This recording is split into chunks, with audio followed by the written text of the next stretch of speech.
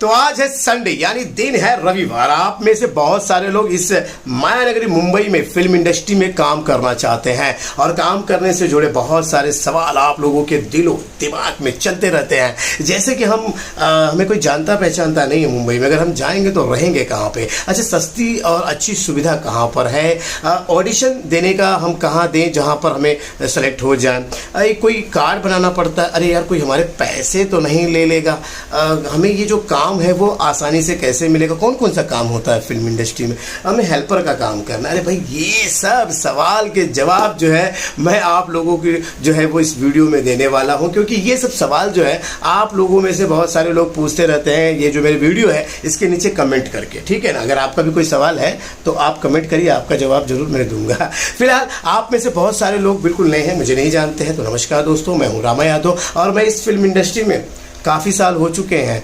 Camera technician का काम कर रहा हूं और वहीं से बहुत सारी जानकारी आप लोगों के लिए लाते रहता हूं और उस पर जो है वीडियो बनाते रहता हूं। ये केवल एक वीडियो नहीं है भाई, इससे पीछे भी बहुत सारी वीडियो है, आप जाकर देखिएगा। और वो जो आप जो सवाल अभी आपके मन में चल रहा है ना, वो शायद अगर इस वीडियो में नहीं मिला तो इसके पिछले वाली वीडियो जरूर देख लेना, ठीक है ना, वहां पर मिल जाएगा, क्योंकि किसी न किसी ने तो पूछा होगा और मैंने जवाब उनको जरूर दिया होगा। खैर चलिए अब सवाल ले लेते हैं, क्योंकि आपने कैसे कैसे सवाल पूछे। हमारे एक दर्शक है जिनका जो ID नंबर का लिखा हुआ है कि रोल नंबर 144, ये लिखते हैं कि यार ये असिस्टेंट सिनेमाटोग्राफर को पर डे का कितना मिलता है, यानी पैसा कितना मिलता है। तो देखिए ऐसा है कि प्रोडक्शन के ऊपर होता है। अब कई सारे मतलब कि वो होते हैं ना, गरीब प्रोडक्शन होते हैं, कई सारे बहुत अच्छे अमीर प्रोडक्शन होते हैं, तो ये लो बजट के जो होते हैं और हाई बजट के होते हैं, उसकी वजह से उनका पर डे जो है ना ऊपर नीचे हो जाता है।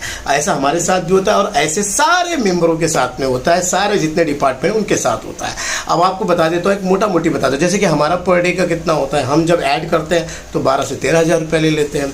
अब अगर फिल्म करते हैं तो भाई 10 हज़ार रुपये लेना पड़ता है। इसी तरीके से फोकस पुल करता है ना, वो जो है वो करीबन अगर ऐड हो तो भाई वो लेता है 15 हज़ार रुपये, फिल्म होगा तो वो 10 हज़ार में आएगा।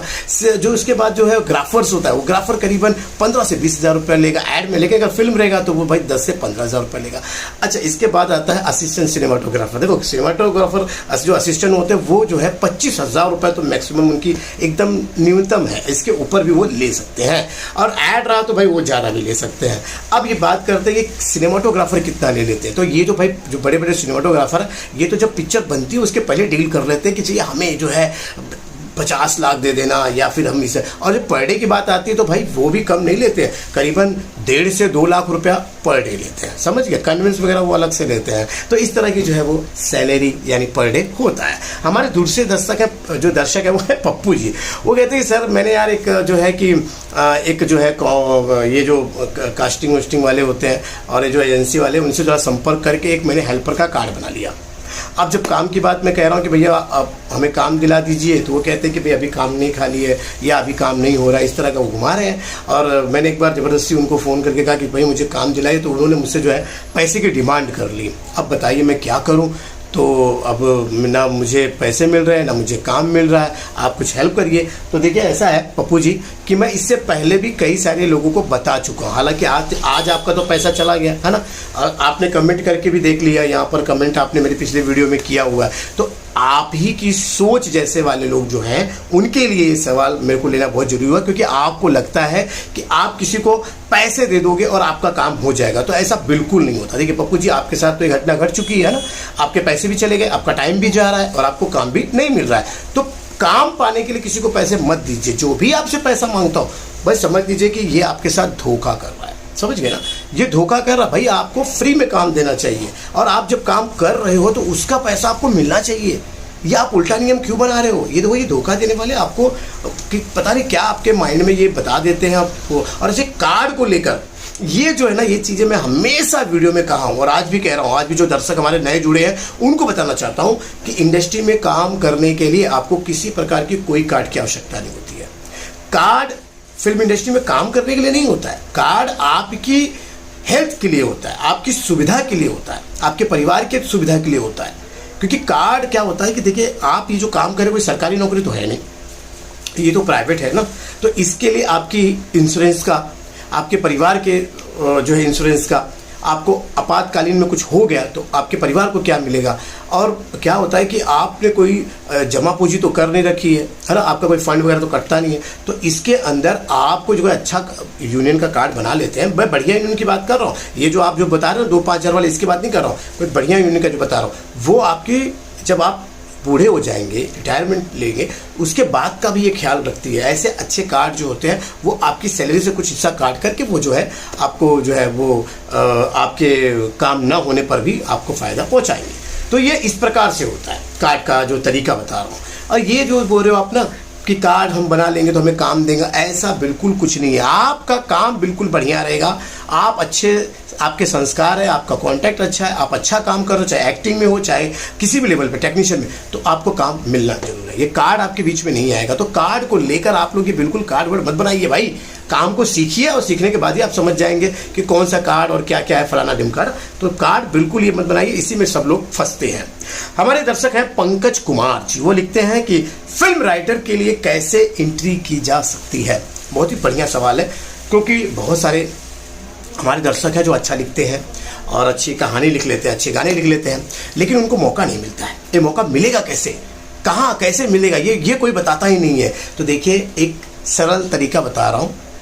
आप अगर राइटर हैं तो किसी अच्छे राइटर को तो फॉलो करते होंगे ना, चाहे वो टीवी सीरियल का हो, गाने का हो, चाहे वो कोई फिल्म का हो, तो राइटर को फॉलो करते हैं ना। तो जो अच्छा राइटर आपको लगता है कि बहुत ज़्यादा काम कर रहा है इस समय, उस राइटर का आपको जो है ईमेल आईडी निकालना पड़ेगा, वेबसाइट से मिल जाता है, घर का एड्रेस भी मिल जाता है, उसके ऑफिस का अगर एड्रेस मिल जाता है तो उससे संपर्क करिए, उससे जाकर मिलिए, उसके ऑफिस में जाइए, उनके साथ में काम करने की शुरुआत कीजिए।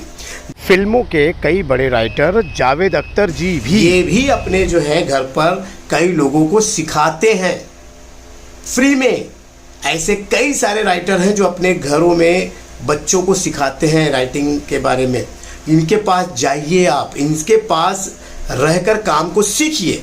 आप सोचते हैं कि हमने तो सीख लिया, हमारे पास कहानी है, ये है, फला, नहीं, बिल्कुल इस तरह से बिल्कुल। देखिए, जिस तरह से मैं कहूँगा आपको कि आप कोई प्रोडक्ट खरीदने जाते हो ना, तो कहाँ खरीदते हो? दुकान में खरीदते हो ना, दुकान में खरीदते हो ना, रोड पे तो नहीं खरीदते हो किसी भी अच्छे प्रोडक्ट को। तो इसी तरीके से आपको भी खरीदने के लिए किसी दुकान का सहारा लेना पड़ेगा। अब दुकान का मतलब यह है कि किसी अच्छे राइटर से आपका जो है संबंध होना चाहिए, उसके साथ आपकी बातचीत होनी चाहिए, वो आपको जाने, आप उसे पहचान, तो वहाँ पे वो क्लाइंट जो है, वो डायरेक्टर प्रोड्यूसर जो है वहाँ जाते हैं, समझ रहे हैं? तो राइटरों के पास आप रहेंगे तभी जाकर आप उस फील्ड में घुस पाएंगे।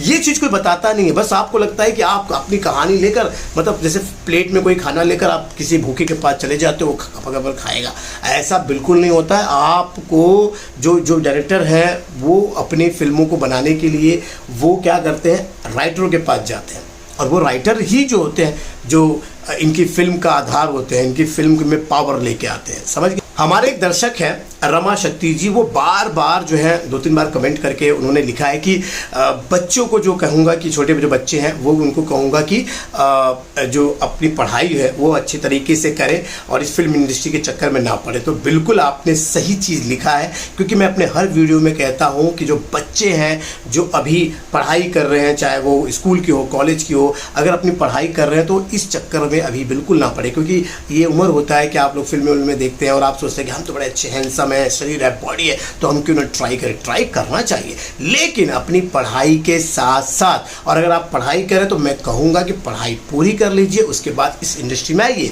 इंडस्ट्री कहीं नहीं भाग रही है, लेकिन पढ़ाई आपकी समय से नहीं होगी तो फिर जो है आपको पछताना पड़ेगा। पढ़ाई क्या होता है कि एक जिस तरह से हम खाने में नमक डालते हैं ना, तभी हमारे सारे खाने का स्वाद बढ़ता है। हर खाने में हमें नमक डालना ही पड़ता है, नहीं तो खाना फीका पड़ेगा। उसी तरह जीवन में पढ़ाई भी एक नमक के समान है। अगर आप पढ़ाई करे रहेंगे तो जीवन में आप हर काम को कर सकते हैं। मैं इसलिए ये कह रहा हूँ क्योंकि देखिए, अगर आपने पढ़ाई छोड़ दी और यहाँ आते हैं किसी भी काम को करने के लिए, चाहे वो टेक्नीशियन का हो, चाहे वो एक्टर का हो, अगर आपको ये काम नहीं मिला तो उसके बाद क्या होगा? ना आप घर के रहेंगे ना घाट के रहेंगे। तो इसके लिए पढ़ाई बेहद जरूरी है। मैं ये बिल्कुल नहीं कह रहा हूँ कि बच्चे लोग पढ़ाई छोड़ दो, इधर आ जाओ, मुंबई आ जाओ, एक्टर बनो, ऐसा बिल्कुल नहीं। ठीक है, तो आपने अच्छा लिखा है, मैं आपकी सराहना करता हूँ और हमेशा बच्चों को कहूँगा पढ़ाई पूरी करें। तो जितने लोग पढ़ रहे हो भैया, वो अभी थोड़ा सा अपने पढ़ाई पर ध्यान दें, उसके बाद तो इंडस्ट्री आपको वेलकम करेगी यार, कोई टेंशन नहीं है। ऐसे ही हमारे एक दर्शक और है, 14 साल के, बार बार उन्होंने कमेंट किया है, कम से कम 10 से 15 कमेंट उन्होंने लगातार लिख दिया है। देखो, वो कहते हैं कि मैं तो 14 साल का हूँ और एक्टर बनना चाहता हूँ, बताओ क्या करूँ। तो देखिए, ऐसा है कि जो आप फिल्में देखते हैं और जिनमें वो बाल कलाकार देखते हैं, चाइल्ड एक्टर देखते हैं ना, है ना, इसके लिए आपका मन करता है कि यार मैं भी अच्छा दिखता हूँ, गोल मटोल हूँ, करली बाल है, मुझे भी काम मिल जाए। तो बच्चे लोग भी होते हैं और साथ में बच्चों के जो माँ बाप होते हैं वो भी सोचते हैं कि हमारे बच्चों को क्यों नहीं मिल जाता, टैलेंट है, ये अच्छा गा लेता है, अच्छा एक्टिंग कर लेता है। तो देखिए, इसके लिए क्या होता है कि जो चालाक माँ बाप है ना, वो मुंबई के अच्छे कोऑर्डिनेटर से संपर्क करते हैं, वो जाकर उनसे बातचीत करते हैं, संपर्क करते हैं, उनको अपनी फोटोग्राफ भेजते हैं, बच्चे की वीडियो भेजते हैं। फिर क्या होता है कि जो इस तरह की एड एजेंसी होती है, वो एजेंसी जो होती है इन कोऑर्डिनेटर को, इन एजेंसियों को कहती है कि हमें इस तरह का बच्चा चाहिए, इस तरह के। तो फिर वो उस बच्चे का, उनका फोटो, उनको पोर्टफोलियो, उनका जो वीडियोज़ है, वो सब जो है उनको भेजते हैं क्लाइंट को। फिर क्लाइंट पसंद करता है, कास्ट करता है, उसके बाद उनको काम मिलता है। तो इस तरह का होता है। तो अगर आपको लगता है कि आपका बच्चा या जो बच्चे हैं उनको लग रहा है, तो भाई आपकी फोटोग्राफ किसी अच्छे कास्टिंग एजेंसी को दिखाइए। वहाँ पर बच्चे लोगों का केवल कास्ट होता है, बड़ों का नहीं होता, बच्चे लोगों का होता है। तो इस तरह की एजेंसी बहुत सारी है, लेकिन इसमें देखिए बहुत सारी, इसका मतलब क्या है कि कई सारी फेक एजेंसी भी है। मैं देखो बता तो रहा हूँ, लेकिन इसमें भी फंसना होता है। अब आपको कोई कहेगा कि अरे आपका बच्चा सेलेक्ट हो गया, बस खाली आपको किराया भाड़ा या कोई जो है ना, बोलते हैं ना, फ्लाइट का टिकट वगैरह पैसा पहले भरना पड़ेगा और उसके बाद जब आप आ जाएंगे आपको पेमेंट मिलेगा तो आप उसमें से काट लीजिएगा। तो इस तरह का भी फ्रॉड होते रहता है। तो आप भले फोटो भेज दीजिए, लेकिन कोई पैसा मांगे तो बिल्कुल मत दीजिएगा। ठीक है, ये बात मैं हमेशा कहते रहता हूँ।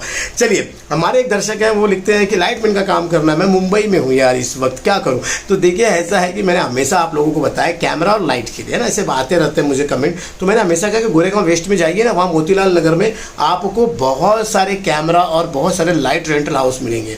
अब क्या होता है कि कई सारे लोग जो इतने आलसी होते हैं, देखिए मैं बहुत सोचता हूँ छोटी वीडियो बनाओ, बन नहीं पाती, आपको इतनी लंबी वीडियो देखनी पड़ जाती है। और कई लोग मुझे कमेंट भी करते हैं, आप बड़ी लंबी वीडियो बनाते हैं, बड़ी बोर हो जाते हैं। मैं क्या करूँ बताइए आपको, शॉर्ट में तो बता नहीं सकता, फिर भी मैं कोशिश करूँगा शॉर्ट वीडियो बनाने की। उसके लिए आप लोग मुझे लाइक इस वीडियो में करिए, मैं करता हूँ। अच्छा, कई लोग क्या करते हैं, वीडियो देख लेते हैं, वो क्या कहते हैं कि उनको मेरी बात समझ में आती है कि भाई ये बोल तो रहे, लेकिन वहाँ पर जाना नहीं चाहते, वो चाहते फ़ोन से सारी बातें हो जाए। जैसे आप लोग ये फ़ोन में जो सारी चीज़ें देखते हैं, एक फ़ोन कॉल किए सब कुछ हो जाए, उस तरह का आप जो इमेजिन कर रहे हैं ना, वो बिल्कुल नहीं है। फ़ोन कॉल से आपका काम नहीं होगा, आपको जाना पड़ेगा, आप जाइए वहाँ पर। हालांकि मैं कोशिश करूँगा मोतीलाल नगर में आपको सच बताने की कि वहाँ कैमरा रेंटल हाउस किस प्रकार से दिखते हैं। अब मैं, आप यकीन नहीं करेंगे, मैं जाता हूँ तो देखता हूँ हर गली में दिखता है एक रेंटल हाउस है, लाइट वाला। यहाँ पर जाइए, बायोडाटा दीजिए, आपको 100% काम मिलेगा। भाई क्यों ऐसा टेंशन ले रहे हो, बहुत लोगों को वहाँ पे काम मिला है और उसी आधार पे कई मेरे ऐसे दर्शक हैं जो मेरी जानकारी को लेकर वहाँ जाते हैं, काम पाते हैं और कमेंट करके लिखते भी हैं। ऐसे देखिए, इस कमेंट पे भी लिखा हुआ है कि सर मैं काम पा चुका हूँ, टेंशन मत लीजिए, मैं काम कर रहा हूँ, बस आपसे मिलने की उम्मीद है। चलिए भाई, मैं मिलूँगा, जरूर मिलूँगा। ऐसे बहुत सारे दर्शक हैं जो मुझे सेट पर मिलते हैं, अच्छा लगता है क्योंकि वो काम करने के लिए सेट पर मिलता है और मैं भी काम करने के लिए वहाँ पर मिलता हूँ। तो भाई, मुझे उम्मीद है कि आपके सारे सवालों का जवाब ले चुका हूँ। और भी कोई सवाल है तो प्लीज़ कमेंट में कर दीजिएगा, जवाब देने की कोशिश करूँगा। आज की वीडियो यहीं तक। वीडियो अच्छा लगे तो लाइक कर दीजिएगा, चैनल को सब्सक्राइब कर लीजिएगा। पता नहीं कौन सी वीडियो आपकी किस्मत को चमका दे। चलिए, अभी के लिए बस इतना ही, मिलते हैं अगली वीडियो में। तब तक के लिए नमस्कार।